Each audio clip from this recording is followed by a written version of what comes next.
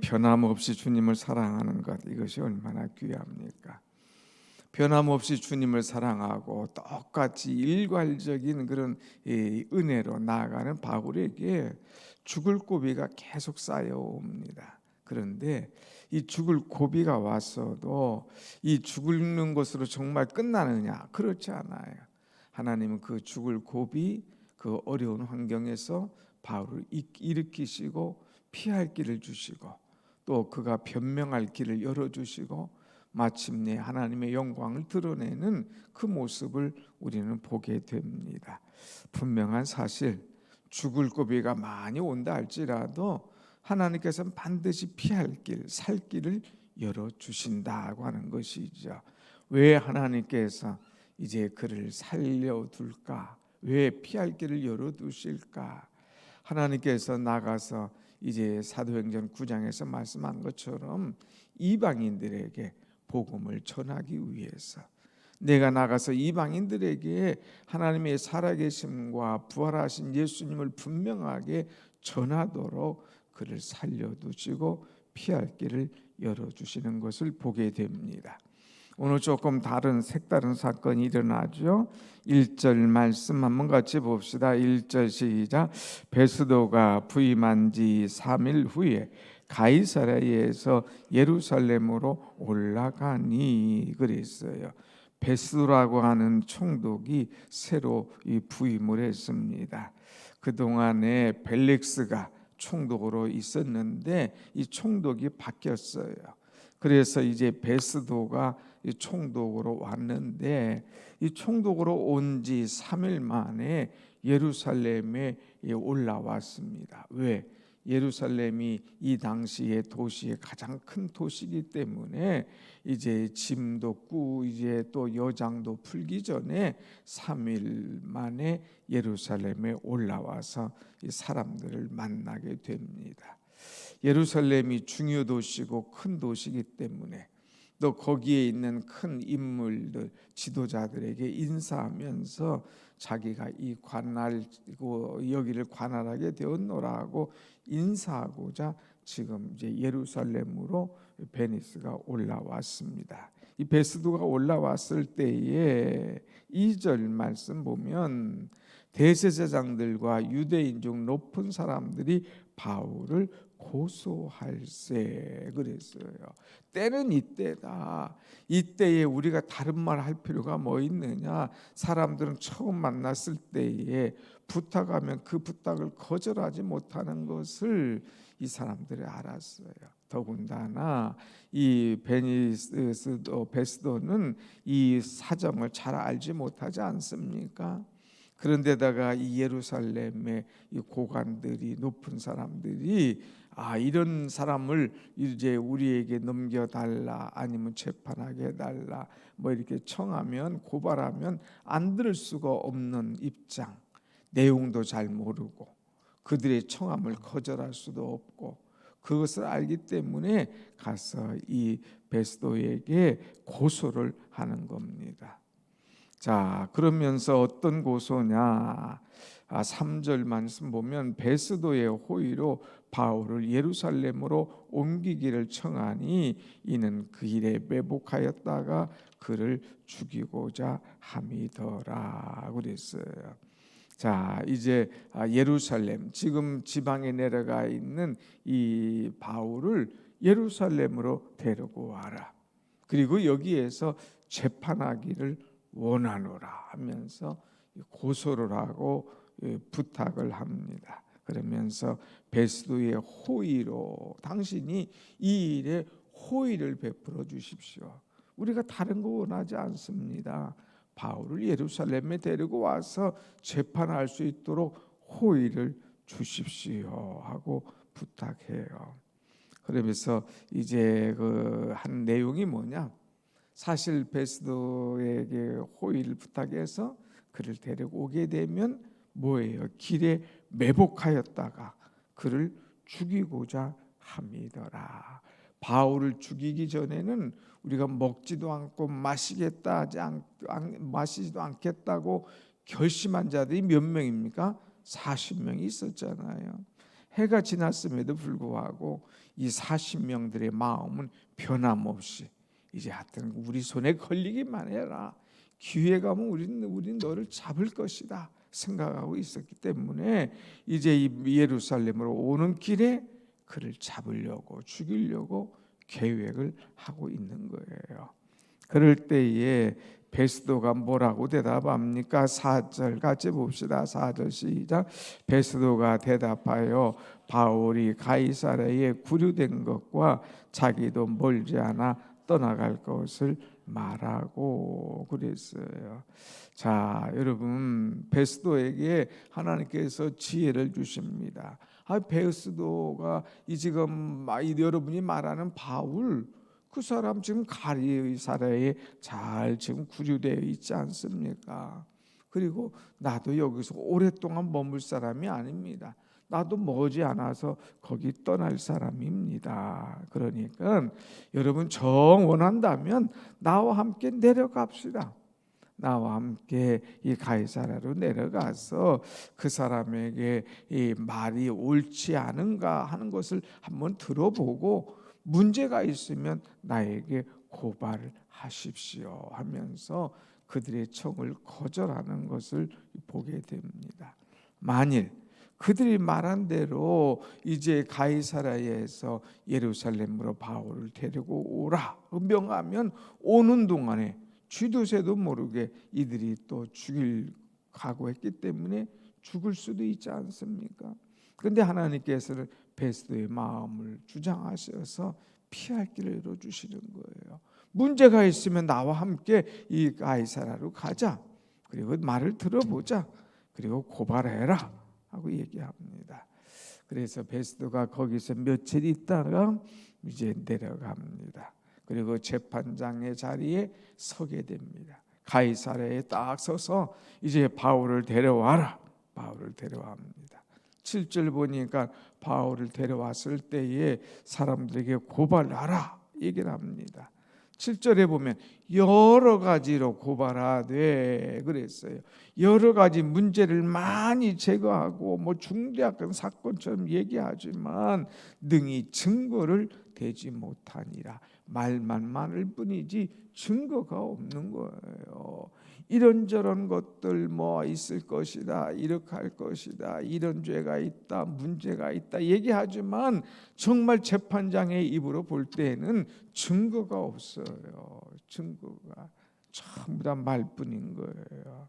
그럴 때에 8절 바울이 변명하여 이르되 유대인의 율법이나 성전이나 가이사에게나 내가 도무지 죄를 범하지 아니하였노라 그랬어요.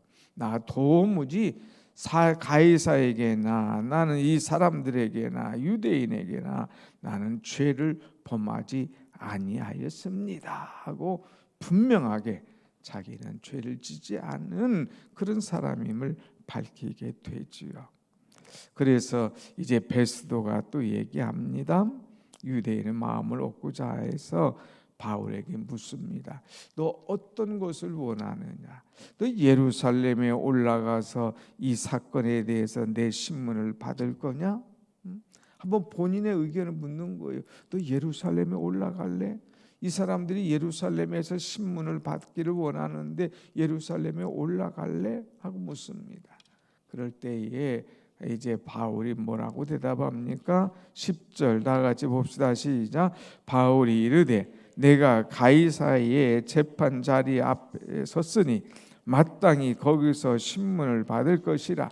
당신도 잘 아시는 바와 같이 내가 유대인들에게 불의를 행한 일이 없나이다. 아멘.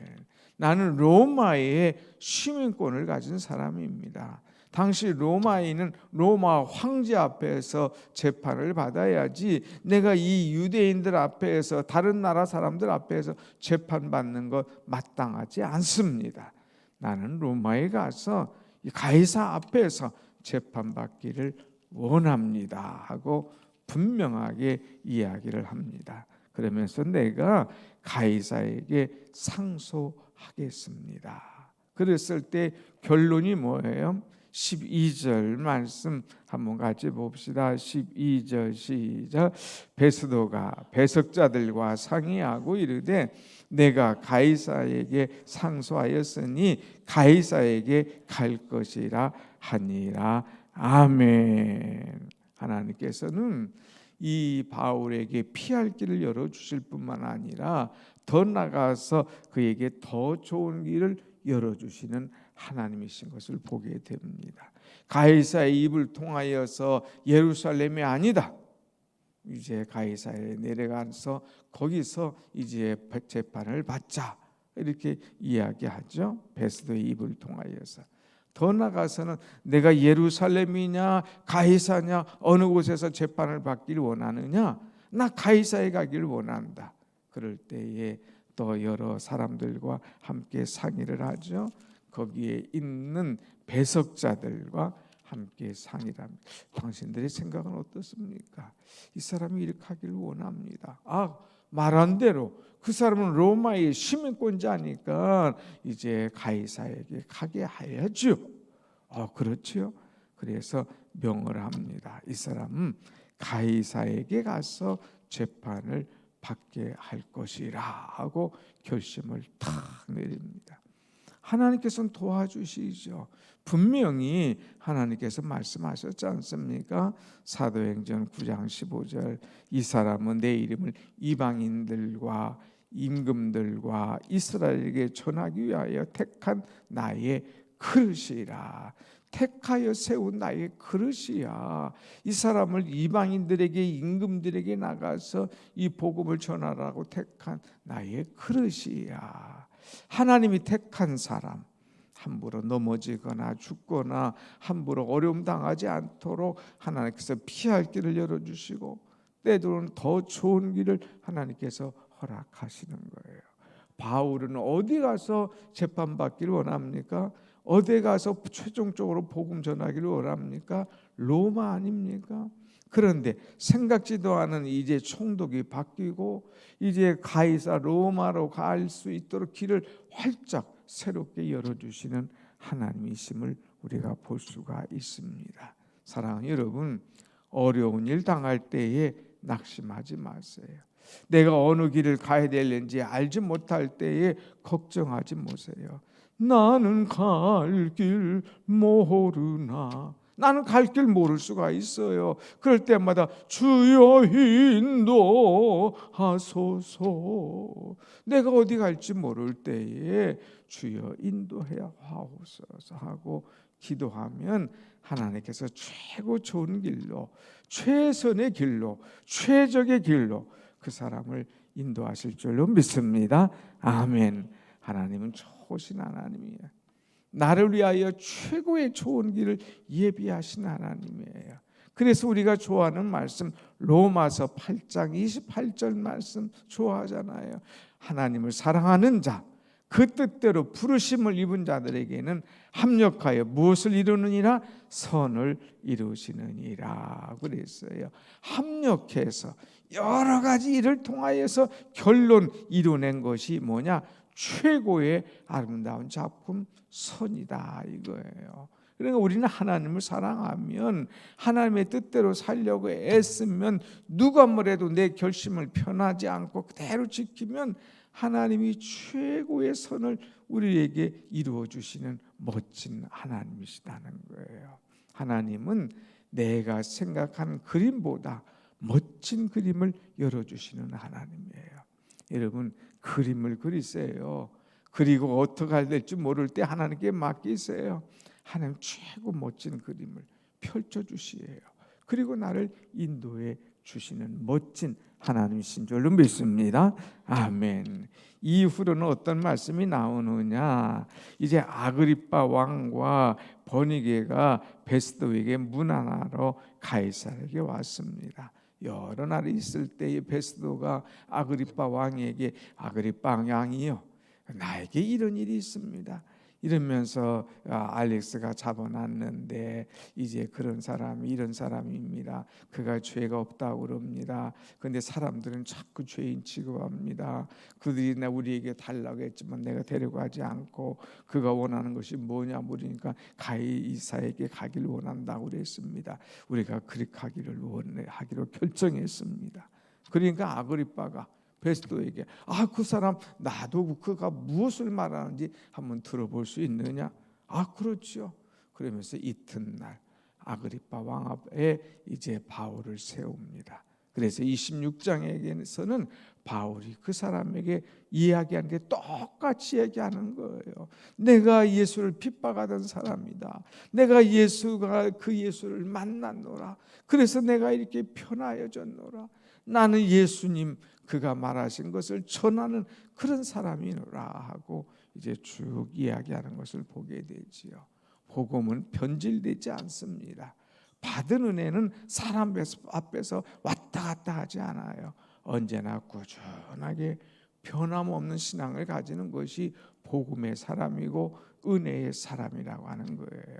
여러분, 환경이 변해도 사람이 변해도 우리는 예수 앞에 변함없이 믿음으로 살아갈 때에 하나님께서 피할 길을 열어주시고 살 길을 우리에게 환하게 열어주시는 좋으신 하나님이 여러분과 저의 하나님이신 줄로 믿습니다.